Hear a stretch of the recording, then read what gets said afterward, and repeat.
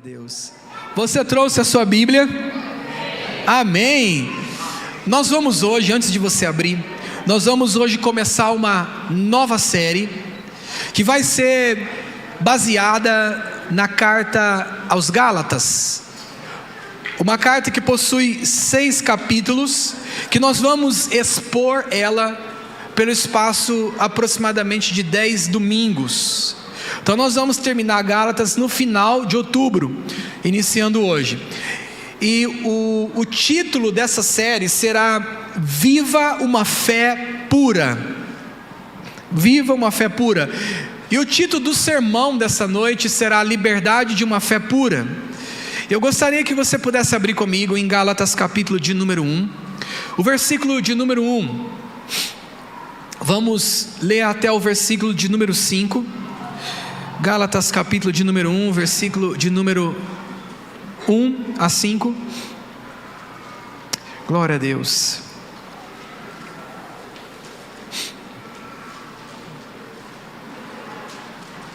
Todos acharam aí? Ouço barulho ainda no meio da congregação. Amém, amém, amém. Vamos lá.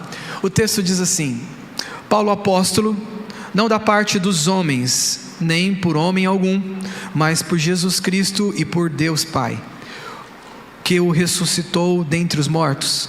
Todos os irmãos que estão comigo, as igrejas da Galácia, graça a vós e paz da parte de Deus Pai e de nosso Senhor Jesus Cristo, o qual se deu a si mesmo por nossos pecados, para nos livrar do presente século mau, segundo a vontade de Deus nosso Pai, ao qual seja dada a glória para todos sempre. Amém. Com a sua Bíblia aberta, vamos fazer uma oração. Pai, pedimos que o Senhor abra diante de nós a sua palavra, nos ensina o que o Senhor quer trazer iluminação ao nosso coração. Que o Senhor fale à tua igreja, abre cada coração, que seja uma terra fértil, aonde a tua palavra venha ser ministrada como uma semente e gerar muita vida. Em nome de Jesus oramos. A igreja diga amém. Amém. A liberdade de uma fé pura. Existe basicamente 6 classificações para o café.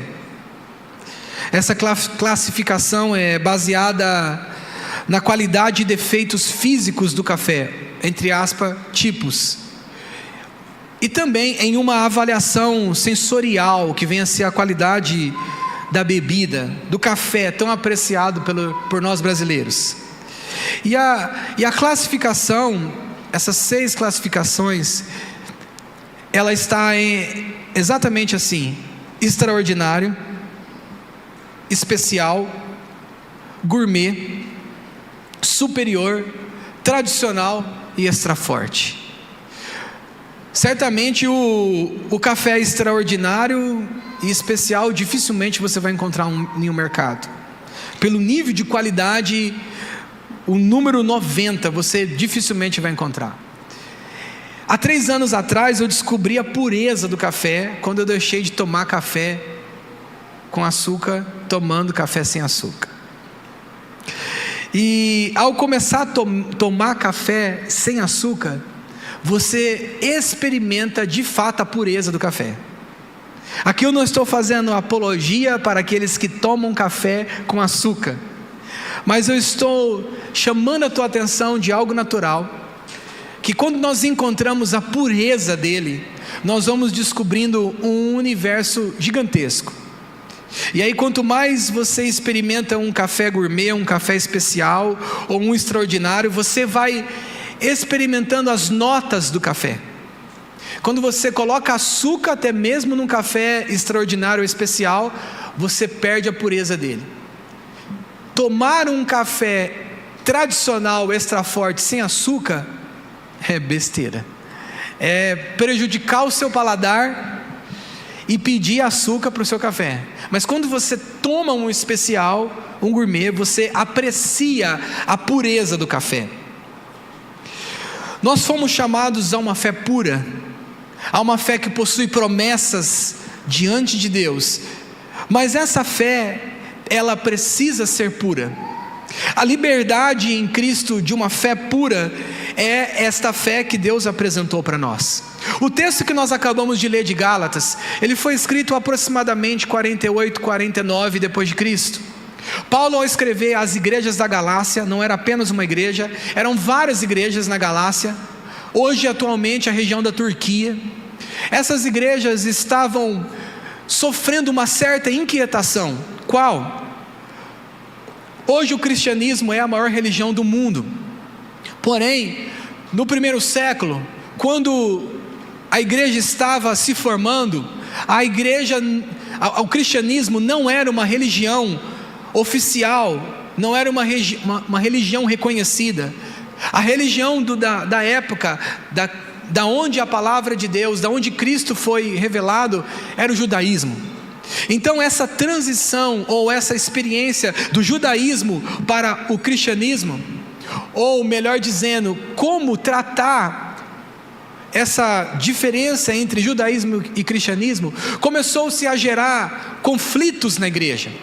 A igreja tinha aproximadamente 6 frentes apostólicas: a joanina, a de Tiago, a de Pedro, a do apóstolo Paulo, e as outras 2 frentes apostólicas compostas por judeus, ora fariseus que se converteram, ora saduceus que se converteram.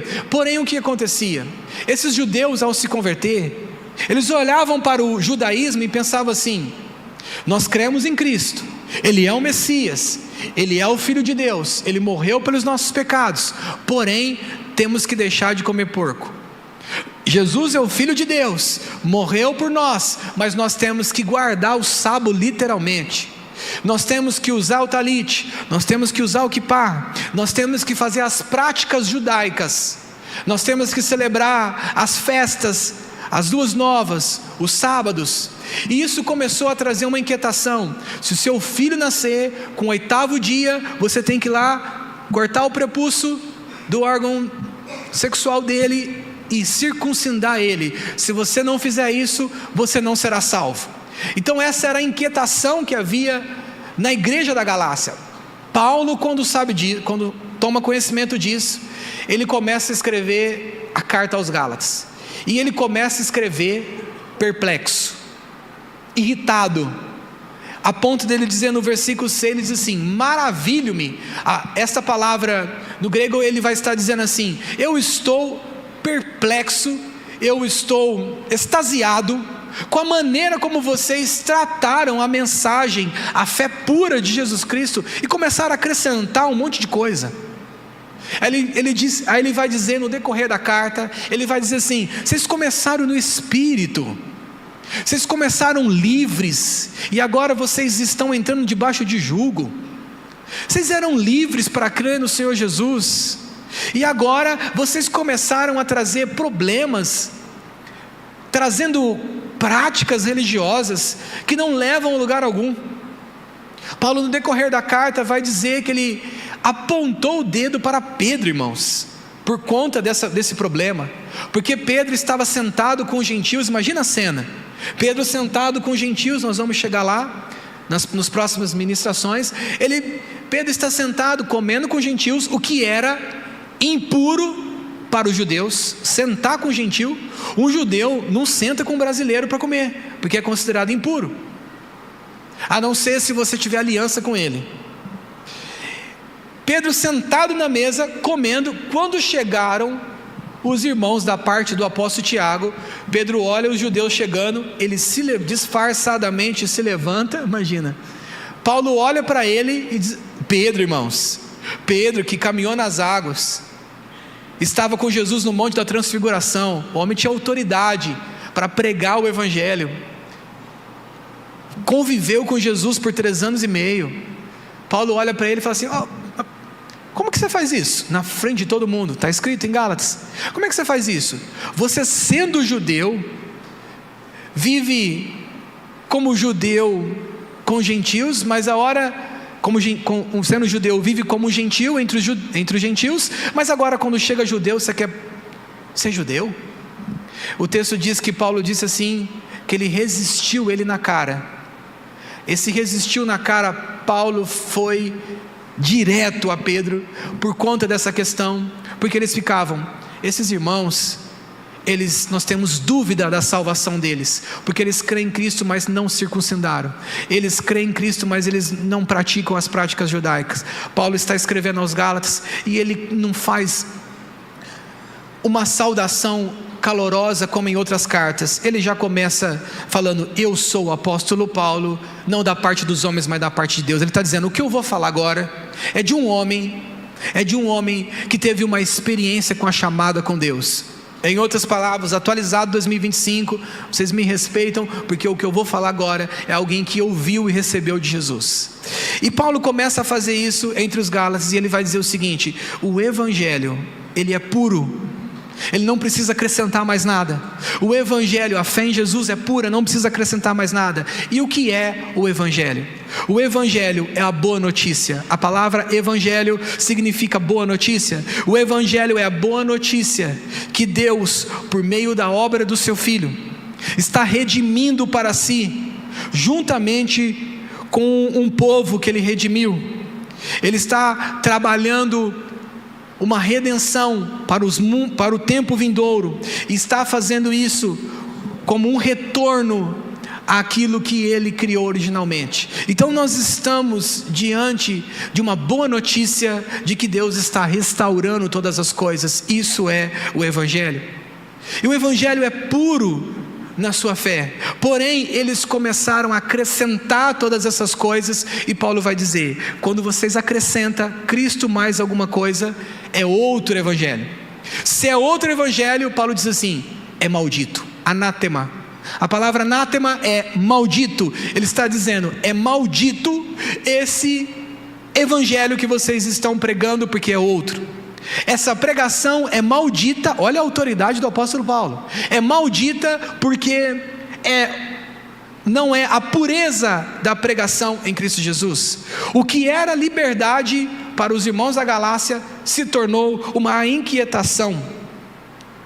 Então o evangelho se torna outro quando eu prego Cristo e mais alguma coisa para a pessoa ser salva. O evangelho se torna outro quando eu acrescento elementos da cultura ao evangelho. Como assim? Se eu creio em Cristo e não prosperei, eu não sou de Deus. Isso é outro evangelho. Talvez você tenha semelhanças de algo que você ouviu. Peraí, você é cristão? Você ainda passa dificuldades ainda? Então você não é de Deus não. Isso é outro evangelho.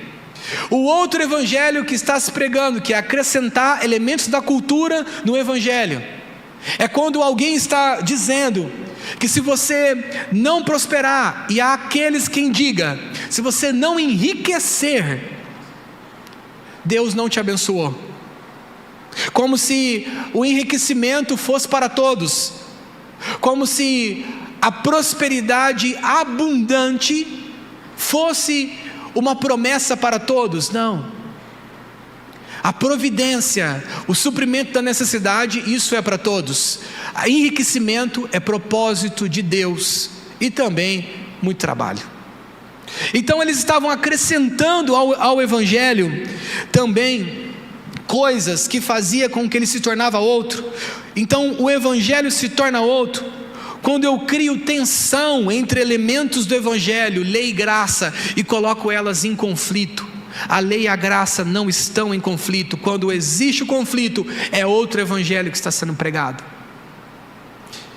O evangelho se torna outro quando eu exalto os resultados do evangelho em lugar do próprio evangelho. Como assim? Quando eu digo assim: se você não vem para a reunião de oração, se você não ora, se você não faz missões, se você não é intercessor, se você não tem comunhão, você não será salvo.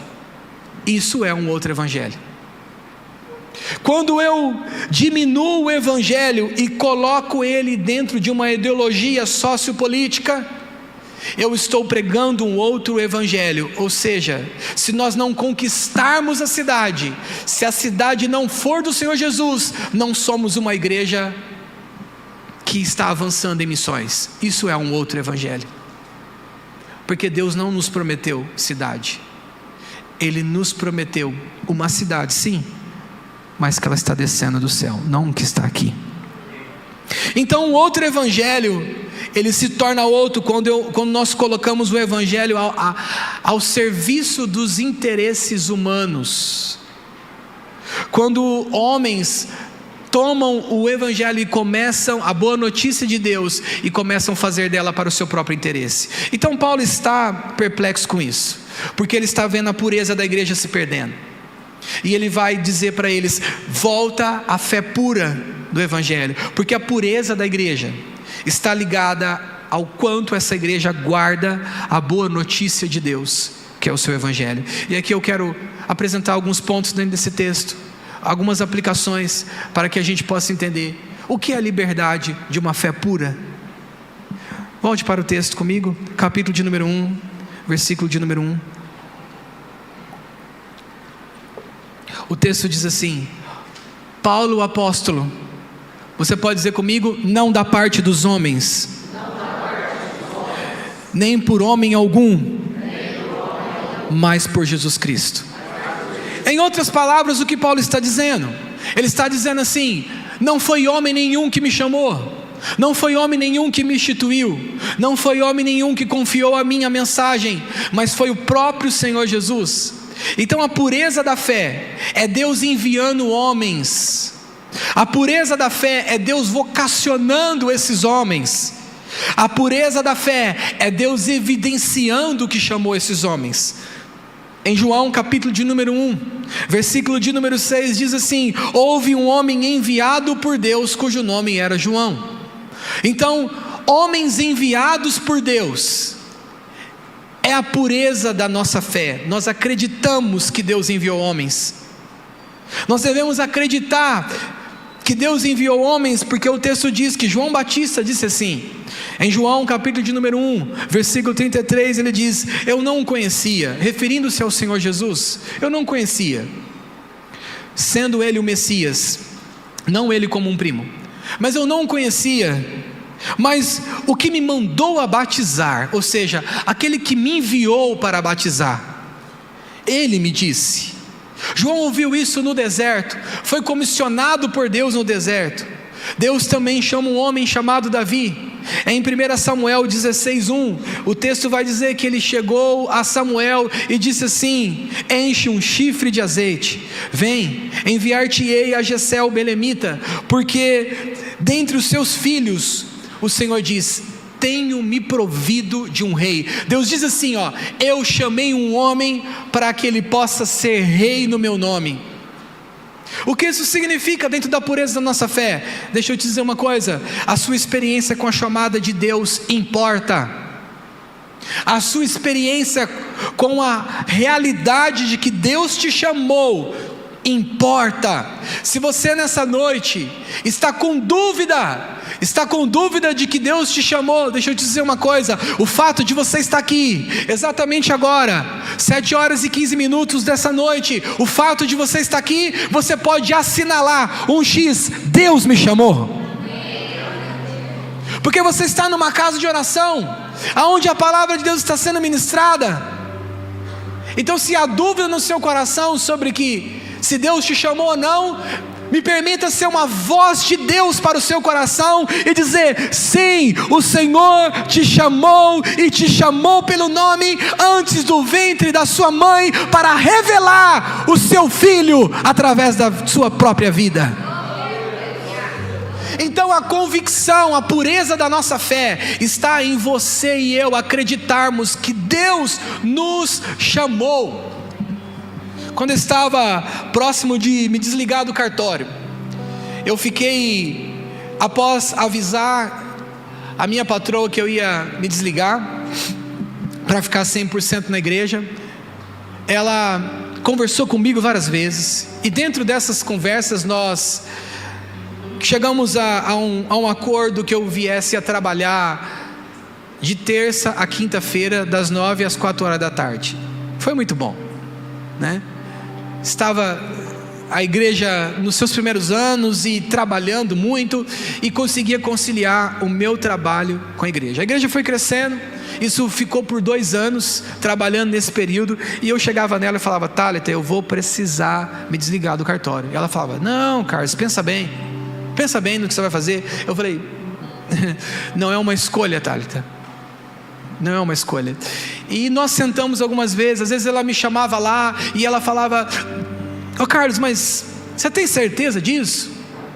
Quase que ela falava assim: do que você vai sobreviver? Quase que ela queria falar isso para mim. Eu me lembro de uma vez que, quase que no final mesmo, de eu fazer a minha rescisão final, ela me chamou lá, nós conversamos sobre outros assuntos que precisava conversar, e ela perguntou: você vai sair mesmo? Eu falei assim: tá, eu vou sair. Ela falou: mas por quê? Quando ela perguntou por quê, irmãos, a única coisa que eu devolvi para ela: Thalita, porque Deus me chamou. Quando eu falei isso, ela fez assim: nossa, meu Deus do céu, aquela coisa de incrédula, sabe? Ai, me arrepiou inteira. Eu falei assim: mas é porque essa é uma verdade. E ela falou assim: bom, se Deus te chamou, então a gente não vai conseguir te segurar. Eu falei: nem eu. Depois de ter tido 2 experiências que já contei aqui, estando lá no cartório, tive 2 crises. Eu não sei o que é aquilo, não sei se é síndrome do pânico, não sei o que é, mas eu faltava o ar e não conseguia ficar ali dentro. Liguei para minha esposa, falei: amor, vem me buscar. Eu entrei no carro, ela virou a esquina, parou. Eu falei: eita. Isso por 2 vezes. Então naquele momento que eu sentei com ela, eu disse assim: Deus me chamou. Eu estava compartilhando com ela a pureza da nossa fé, que é a convicção. Aí você diz: ah, mas você é pastor? Deus te chamou porque você é pastor? Não, Deus chamou também pais, Deus chamou mães, Deus chamou empreendedores, Deus chamou homens que estão trabalhando, labutando de segunda a sexta-feira, que estão trabalhando nos sábados, homens e mulheres que estão dentro da sua casa, criando seus filhos. Deus chamou homens e mulheres. Alguém pode dizer: eu creio? Porque o método de Deus são os homens, a estratégia de Deus são os homens e as mulheres de Deus, sempre foi assim na história. Então a pureza da nossa fé, quando Paulo diz, não da parte dos homens, ele está apresentando aos Gálatas uma convicção de que Deus os chamou. Em Atos 16, 27 e 34, vai falar do carcereiro que se converteu naquela noite, que Paulo estava preso, ele e Silas. Eles estavam orando, cantando louvor, perto da meia-noite. Você conhece a história. O local sacudiu, um terremoto sobrenatural, abriram-se as portas dos cárceres. Detalhe: nenhum preso saiu, mas naquele dia o carcereiro ia tirando a sua vida. Paulo gritou contra ele: não faça isso com a tua vida. Por favor, Atos 16, 27. Obrigado. Diz assim, que Paulo clamou com grande voz. Não, é o 16, 27. Acordando o carcereiro e vendo que as portas da prisão, tirou a espada e ele quis se matar, irmãos, cuidando que os presos tinham fugido. Algo sobrenatural ali aconteceu. Pode passar o 28, 29, por favor. Vai para o 34, por favor. O capítulo 16, 34. Isso, obrigado. Levando-o à sua casa, o texto diz que ele, naquela noite, Paulo visitou a casa desse carcereiro, levando a sua casa, lhes pôs a mesa, alegrou-se com toda a sua casa que havia crido em Deus. Naquela noite, o testemunho do carcereiro para a sua casa, de que Deus havia feito algo sobrenatural no seu trabalho, fez com que o chamado de Deus alcançasse toda a sua casa. Deixa eu dizer uma coisa: Deus tem um chamado para salvar a tua família, não é através de mim, é através de você. Alguém pode dizer: eu creio? Deixa eu dizer, alguém diz assim, que seja um bom estudioso da palavra de Deus, vai dizer assim: quem foi o sucessor de Josué? Alguém aí pode me dizer quem foi o sucessor de Josué? A Bíblia nos diz que o sucessor de Moisés foi Josué. Nós ministramos na semana passada isso. Após a morte de Moisés, Josué se levanta.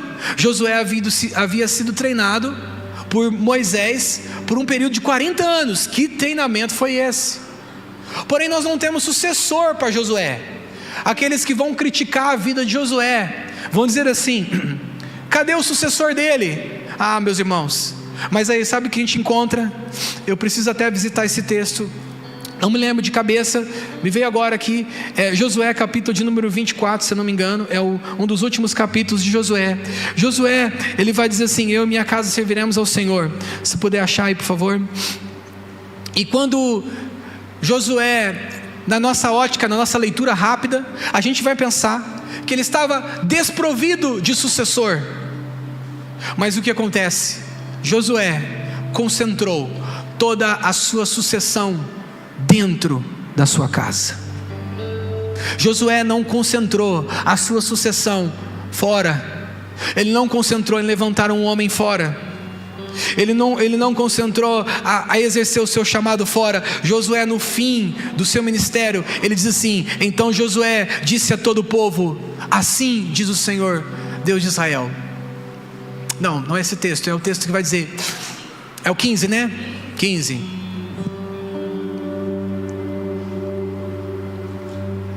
Já fui lendo tão empolgado aí.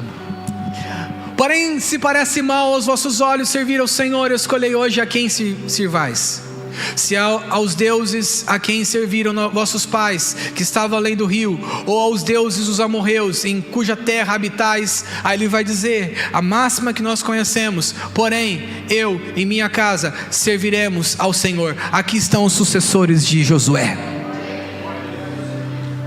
Os sucessores de Josué eram seus filhos. Os sucessores de Josué era a sua própria casa. Então, quando nós falamos de chamada de Deus, dizer: homem, a tua chamada é importante para o teu filho, a tua chamada é importante para a tua filha, mulher. É importante. Ah, mas os meus filhos estão distantes do Senhor. Enquanto você acreditar na chamada que Deus te deu, Deus é poderoso para operar na sua casa. Deus é poderoso para transformar a sua casa. Porque eu digo aos meus filhos constantemente: Isabel, Davi, Deus chamou o papai, e Deus vai chamar vocês também. E então a pureza da nossa fé está numa convicção. Paulo diz: não da parte dos homens. Paulo está eliminando aqui a síndrome de Adão. Qual é a síndrome de Adão? A mulher que tu me deste. A mulher que tu me deste. Pessoas que estão atribuindo a pessoas a sua chamada desenrolar, a sua chamada acontecer. Irmãos, não da parte dos homens, Paulo diz. Paulo diz: eu não precisei dos homens para que Deus pudesse exercer o meu chamado. Aqui Paulo não está sendo desonroso. Paulo não está se esquecendo de Ananias, que foi orar por ele quando ele estava cego. Paulo não está esquecendo de Barnabé, que foi buscá-lo para que ele pudesse caminhar com ele em missões. Não, Paulo está sendo autêntico, dizendo: eu sou o primeiro a acreditar que Deus me chamou. Alguém aqui esta noite pode acreditar que Deus o chamou? Alguém pode olhar para si e dizer: Deus me chamou, não foi um homem? Você pode dizer para o seu irmão agora: Deus te chamou, meu irmão? Ah, meu Deus do céu. E deixa eu dizer uma coisa: quando você acredita nisso, provas infalíveis vão começar a acontecer. Porque a palavra de Deus diz assim, que quando Lucas estava escrevendo Atos, ele começou a averiguar a respeito da ressurreição de Cristo. Será que Cristo ressuscitou mesmo? Mas ele diz em Atos 1:3, ele vai dizer: aos quais também, depois de ter padecido, se apresentou vivo, com muitas provas infalíveis. Eu ouvia Deus falando comigo em 2018. Falava: eu te chamei, eu te chamei. Teve vezes que isso bradou no meu coração. E muitas vezes a gente tem a síndrome de Adão, que eu disse aqui. Nós vamos procurar nos homens: ora por mim aí, vê o que Deus te fala. Não, irmãos, sobre o chamado, Deus primeiro vai pulsar o seu coração, depois Ele vai usar os outros. Talvez Ele vai ter misericórdia e usar alguém, mas se isso não estiver aceso no teu coração, pelo Espírito Santo, não pela parte dos homens, ninguém poderá acender. Alguém pode ser apenas um coadjuvante de um trabalho de Deus, para te te tornar convicto de um chamado. E eu estava pensando, meu Deus, o que vai acontecer? O que vai acontecer à igreja por nascer? Uma pessoa, um conhecido nosso de uma outra denominação, ele me ligou e disse assim: Carlos, eu não sei porquê, mas eu tenho que fazer uma oferta na tua vida. Esta ligação aconteceu após eu e a Julie, nós viramos um para o outro e falamos assim: vamos obedecer a Deus, né? Vamos obedecer o chamado de Deus à igreja. Quando nós falamos isso, quando nós cremos e nos tornamos confiantes na chamada de Deus, as provas infalíveis começaram a acontecer. A exemplo dessa, da ligação. E essa ligação, essa pessoa disse: eu preciso fazer uma oferta para você. Eu falei: para quê? Ele falou assim: Deus mandou. E essa oferta foi que nós compramos as 30 primeiras cadeiras que usamos lá na garagem. E o que isso significa, irmãos? Se você de fato crê que Deus chamou, Deus é poderoso para te mostrar essa realidade e registrar uma prova infalível que Ele te chamou. Quantos podem dizer eu creio esta noite nesta palavra? E aqueles que acreditam, aqueles que nessa noite precisam ter a liberdade de uma fé pura, a sua fé precisa se desprender. Aquele dia os Gálatas estavam incluindo um monte de coisa à fé deles. Nós estamos em dias que se acontece alguma coisa, a nossa fé fica impura. A gente vai pensar: Deus não está comigo. Irmãos, ontem o meu carro, eu passei para pegar o Davi, meu filho, estava lá brincando com o Davizinho do Jefferson na casa dele. Eu parei o carro, vi o carro vazando um monte de coisa, um monte de aguaceiro embaixo. Nós abrimos o capô, tentamos soltar ali o reservatório, começou a criar pressão, mas não foi suficiente. A tampa explodiu. Eu falei: meu Deus do céu, o que está acontecendo? A hora que eu olhei para aquilo, o meu bolso falou assim: se prepara. Se prepara. Mas se a nossa fé não está pura, se a nossa fé é contaminada com outras coisas, sabe o que acontece? A gente pensa assim: meu Deus, por que isso está acontecendo? Meu Deus, por que isso está acontecendo? Mas eu sou fiel, eu oferto, eu sou honesto, eu pago isso, eu cumpro, eu obedeço a Deus, eu sirvo a Deus. E a gente começa a misturar na nossa fé coisas que acontecem, e a gente começa a misturar isso e dizer: onde Deus está? Por que Deus permitiu isso? Os Gálatas estavam tornando a fé deles impura. Aí perdemos a pureza da fé, porque começamos a colocar coisas: eu só creio se tudo que eu fizer certo, continuar dando tudo certo. Deixa eu dizer uma coisa, irmãos: os carros dos crentes quebram, a família dos crentes tem problema, os ministérios têm dificuldade, têm desconforto, as casas têm problemas financeiros. Mas a nossa fé não pode ser contaminada por coisas exteriores. Uma fé pura é uma fé que acredita independente do que está acontecendo em volta. E essa liberdade Cristo quer te dar esta noite, para a glória do seu nome. Não permita com que a sua fé seja contaminada com coisas exteriores. Se está acontecendo isso, deixa eu dizer uma coisa: entenda no poder do Espírito. Se o que agrada a Deus é a fé, tenha certeza que Ele vai trabalhar para que você seja mais agradável a Ele. Alguém entendeu aqui o que eu estou dizendo? Então Ele vai mexer naquilo que pode tornar você mais agradável a Ele. É a fé. E você vai ser exigido a crer mais. Mas não permita com que as coisas norteiem a pureza da tua fé. Se o copo está cheio, eu creio. Se o copo está vazio, não sei não, será que Deus está comigo? A Bíblia diz que nem a morte, nem a vida, nem principados, nem a altura, nem o presente, nem o porvir, nada pode nos separar do amor de Deus que está em Cristo Jesus. Essa é a pureza da nossa fé. Eu creio em Cristo. O carro quebrando ou não quebrando, eu creio em Cristo. Essa é a pureza da fé. É incontaminada, sem açúcar. falei que não vou fazer apologia ao café. Que Deus tenha misericórdia. Mas se você se converter hoje e passar a tomar o café sem açúcar, você vai fazer bem para a sua saúde e vai fazer muito bem ao seu paladar. Aí você vai falar: ah, pastor, mas eu vou ter que comprar café mais caro. Ah, mas pode ter certeza, você vai deixar de gastar remédios por conta das açúcares excessivas no corpo. Voltamos para a palavra de Deus então. Vamos lá, Gálatas capítulo de número 1, versículo de número 2, ainda está escrito ainda. Todos os irmãos que estão comigo, as igrejas da Galácia, graça a vós e paz. Uma fé pura, a liberdade de uma fé pura é crer que eu já estou na graça e na paz com Deus. O que isso significa? Vou te explicar. Os judeus que estavam inquietando os gálatas, dizendo para eles assim: vocês precisam crer em Cristo e mais alguma coisa. Eles estavam perturbando os gálatas, perturbando a paz deles e a liberdade deles em Cristo. Em outras palavras, eles acreditavam que era crer no Senhor Jesus, guardar a lei o máximo que puder, então eu vou ser salvo. Paulo havia ensinado aos gálatas dessa maneira: creio no Senhor Jesus, então sou salvo. E a partir de salvo, começo a praticar as obras.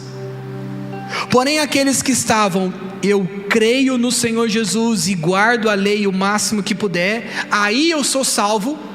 Eles estavam numa obediência ansiosa, numa obediência egoísta. Eu vivi isso nos primeiros passos da minha fé, aonde eu pensava assim: e se eu não conseguir guardar o sábado, eu não vou ser salvo. Eu pensava comigo: e se eu não conseguir parar de comer carne de porco? Uma costelinha, meu irmão, meu Deus do céu, a carne de porco na lata. Meu Deus do céu, meu cunhado e meu sogro fizeram essa carne de porco na lata. Eu não seria salvo. E eles falavam isso: vocês não serão salvos. Eu vivi essa inquietação num processo inicial da minha fé, até que a fé pura, a fé livre é para a salvação. Creio no Senhor Jesus. O que isso significa na prática? Não estamos tentando fazer algo para ser agradável a Deus. Ele já nos amou. Não estamos em dívida com Deus, graça e paz, mas mostrando gratidão pelo preço que Ele pagou na cruz. Não estamos tentando ser santo. Ele já nos santificou e agora nós andamos nessa santificação. Quando estão entendendo a diferença, a pureza do evangelho que Paulo estava dizendo? Ele vai dizer aqui no versículo de número 4, volte comigo, e aqui já estou concluindo. Ele vai dizer: o qual se deu a si mesmo. Ele está se referindo ao nosso Senhor Jesus. Ele disse: Ele se deu a si mesmo. E eu vou perguntar a vocês: Ele se deu a si mesmo por conta do quê? Você pode falar comigo? Por nossos... Vixe, acabou a gasolina aí, irmãos? Tudo bem, não jantou, mas vamos lá. Ele deu-se a si mesmo por nossos... Por nossos... Peraí. Então, se o Filho de Deus, puro, santo, imaculado, não tinha pecado nenhum, o homem mais perfeito do universo, o Pai da eternidade, o príncipe da paz, o Deus conosco, se entregou pelos nossos pecados, peraí, isso é grave. O pecado é grave. Para aquilo que Deus tinha de mais precioso ser entregue, quer dizer que o pecado é um problemão, é uma gravidade. Alguém aqui tem problemas? Os que não levantou não tem? Me fala aí o link que eu compro o seu curso agora. Compro o rastro para cima, eu compro o seu curso, para não ter mais problema. Alguém aqui tem problemas? Aí, ó, e só tem problema quem tem fé para resolvê-los. Aleluia. E se eu te disser que o seu maior problema já foi resolvido? O seu maior problema era o pecado, mas o texto diz assim, ó: o qual se deu a si mesmo por nossos pecados, o qual deu-se a si mesmo por nossos pecados. Irmãos, se o maior problema já foi resolvido, os demais seguem o dominó. Deus resolveu o primeiro problema e já vem resolvendo todos os outros. Louvado seja o Senhor. Se você abraçar a fé pura no Salvador, até aqueles que você arrumou, Deus é poderoso para resolver. Sabe aqueles que você arrumou? Que você pegou uma Bíblia de boleto, apaixonado no design, aí você arrumou esse problema, falou: meu Deus, que dívida que eu arrumei, meu Deus do céu. Até esses Deus é compassivo para te ajudar e te socorrer, porque Ele já resolveu o maior de todos, que é o pecado. Oh, aleluia. Então a pureza da nossa fé vem mostrar que o pecado é tão grave, que Deus está recompensando os homens que não querem que Deus resolva esse problema. De que maneira que Deus está recompensando? Com o inferno. O inferno, que é uma teologia esquecida da igreja, ou retirada dos púlpitos. O inferno é real. O inferno está agora com uma boca aberta, diz Provérbios, e não se sacia. As pessoas estão caindo lá, meus irmãos. As pessoas estão lá nessa sala de espera, chamada Hades também. Estão aguardando para ir para um lugar pior, chamado Lago de Fogo. Jesus disse assim, que nesse lugar o fogo nunca se apaga. Imagine só. Para aqueles que já se queimaram, imagina um fogo nunca se apagar. Aí você fala: mas é alma, não sente nada. Pelo contrário, a sensação, o tato, o paladar, todos os sentidos extremamente apurados, a ponto de que na passagem do Lázaro e do rico, o rico estava com a língua seca de tanta sede, lá no Hades, lá no Sheol. Então esse lugar onde o bicho não morre, que são os vermes que comem o corpo humano. Mas em alma, comem o corpo humano, comem a alma humana e nunca se decompõem, mas sente dores, sente aflições.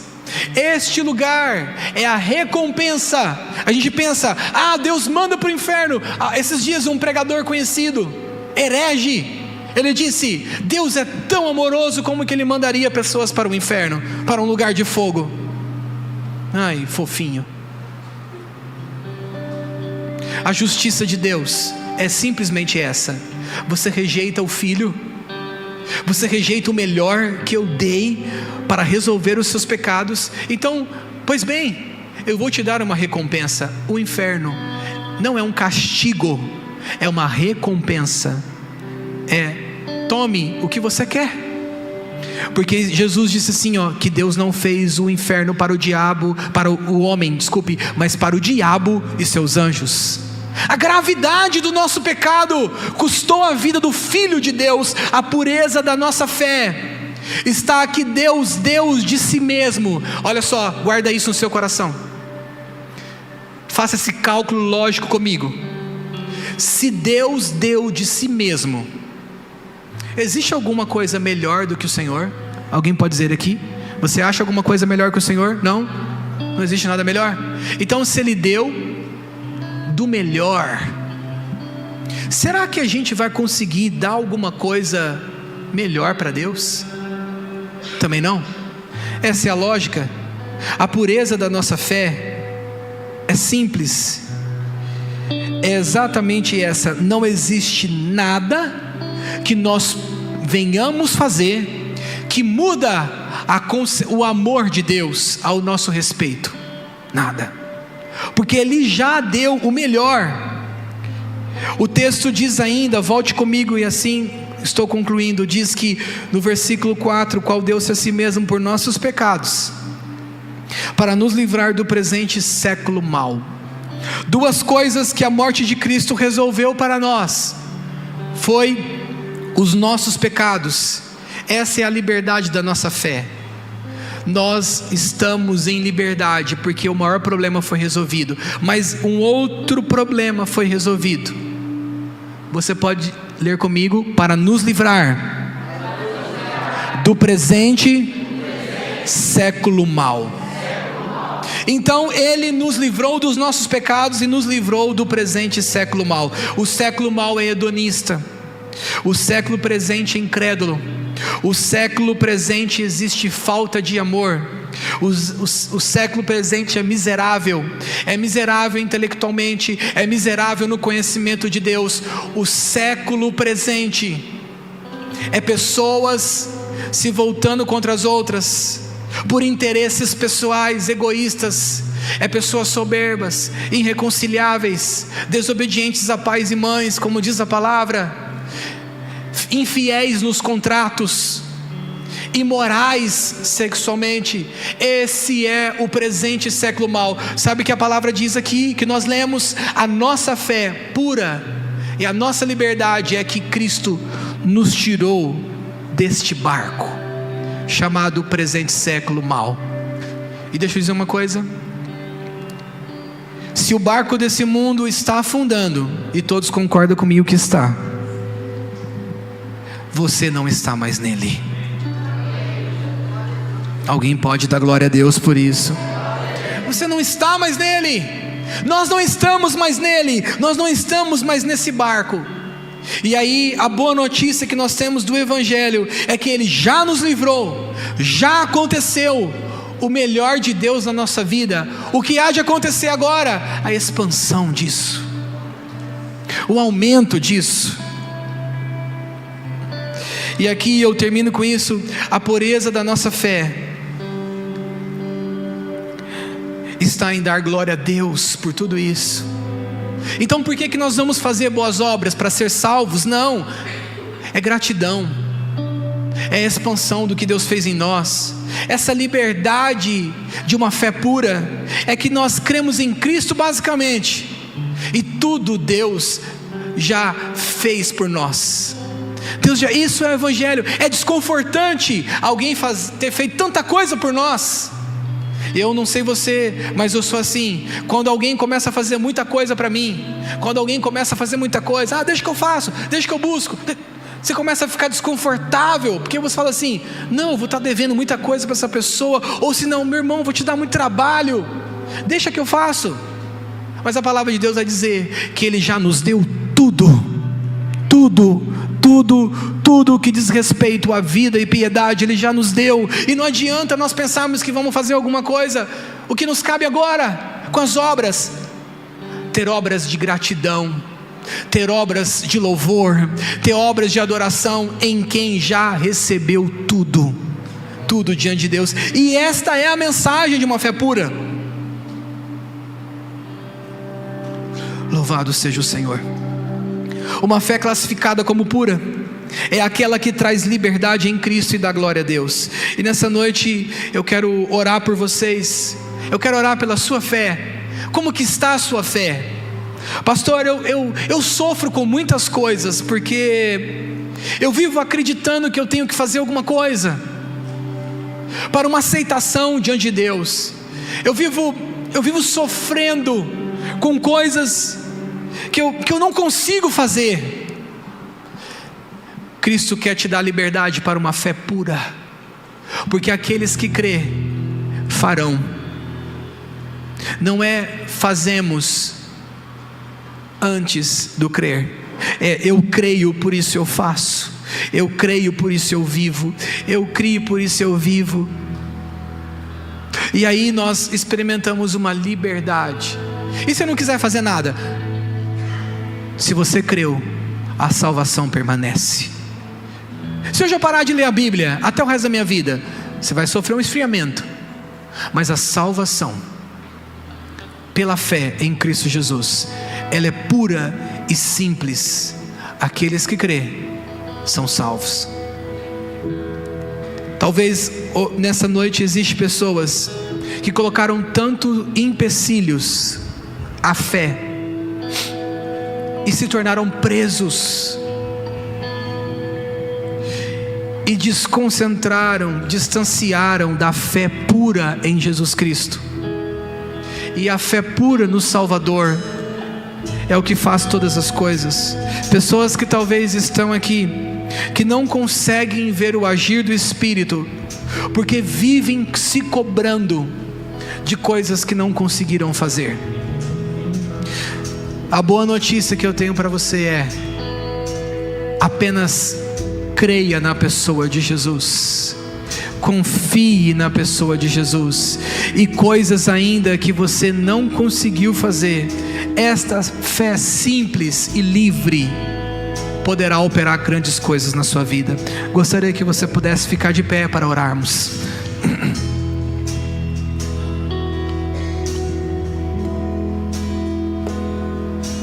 Essa canção diz: aonde o Espírito de Deus está, há liberdade. Nessa noite eu quero profetizar sobre a sua vida pelo poder da palavra de Deus, que você seja livre de todos os pesos e traumas, tudo aquilo que está travando você de avançar na sua fé no Senhor Jesus, culpas, preocupações, ansiedades, coisas que você olha para a sua limitação e diz: eu não posso caminhar. E o Salvador nessa noite está dizendo: você só precisa crer. A fé pura, a fé simples, a fé que traz liberdade, é apenas você crer no poder do nome do Senhor Jesus. E nós queremos ministrar essa canção. Essa canção é uma oração aonde o Espírito de Deus está, a liberdade, tudo aquilo que fez com que a tua fé viesse a sofrer diferenças, viesse a sofrer inconstâncias. Hoje você está crendo, amanhã não, porque coisas foram mexidas, porque o copo esvaziou, porque faltou, porque a abundância não é como a mesma. Deus está removendo todas essas arestas da sua fé, está te dando uma fé livre, uma fé para que você possa caminhar em liberdade, em nome de Jesus.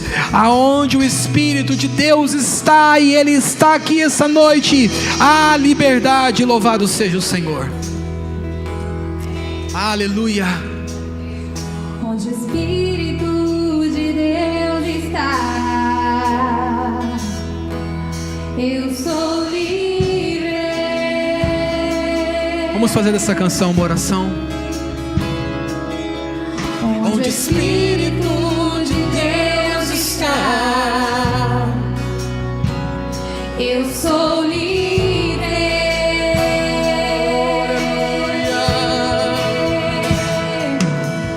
Onde o Espírito de Deus está, eu sou livre.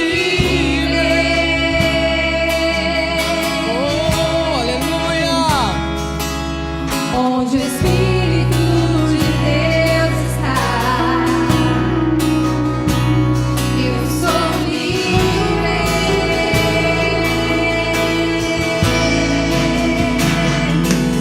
Liberdade está